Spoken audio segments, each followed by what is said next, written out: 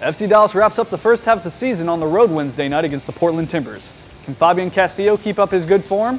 And will the Dallas defense be able to contain the resurgent Timbers? We'll discuss that and more in this week's Keys to the Match, driven by Toyota. Fabinho scored arguably one of the best goals of his career against Colorado last weekend, and it seems like with every game he's becoming more and more important to this team's offense. Absolutely, and he's beginning to show the consistency that he needed to become one of the best attacking players in the league. He's got 2 goals and an assist in his last 5 games, but it's not just that. He's not turning the ball over in bad areas like he used to, and he's getting more shots off at a much higher rate than he used to. For FC Dallas, when Fabinho is this dangerous, they just become such a tough team to beat.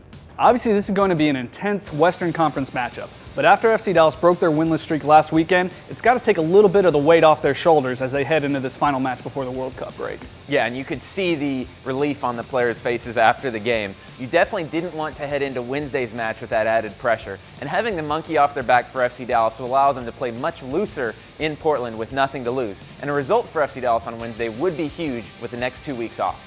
This is FCD's second meeting with Portland, but they won't be facing the same struggling Timbers they beat 2-1 back in March. Caleb Porter's side has found its scoring touch with 13 goals in their last 5 matches. Yeah, and the key to everything is a brand new forward they signed, Fernando Adi. At 6'4", 185, he's a guy that could give the Dallas defenders fits, and he's already done it this year with 4 goals and 2 assists in 5 matches. However, he's not the type of forward to create chances on his own. He's a guy that's great at finishing loose balls in the box and finishing crosses. So for FC Dallas, the key is limiting time and space on the ball to guys like Diego Valeri and Will Johnson so he doesn't get the service that he feeds off of. This time around, I'll be traveling with the team to Portland to give you a behind-the-scenes look at the game day experience at Providence Park. That's right, so be sure to follow us on Facebook, Twitter, and Instagram in our final match before the World Cup starts. The match kicks off at 9 p.m. Central Time and will be nationally televised on ESPN2. For the English radio call, be sure to tune in to the Word 100.7 FM with Steve Davis. And for our Spanish listeners, catch the game on 1270 AM La Voz del Pueblo with your host Carlos Alvarado.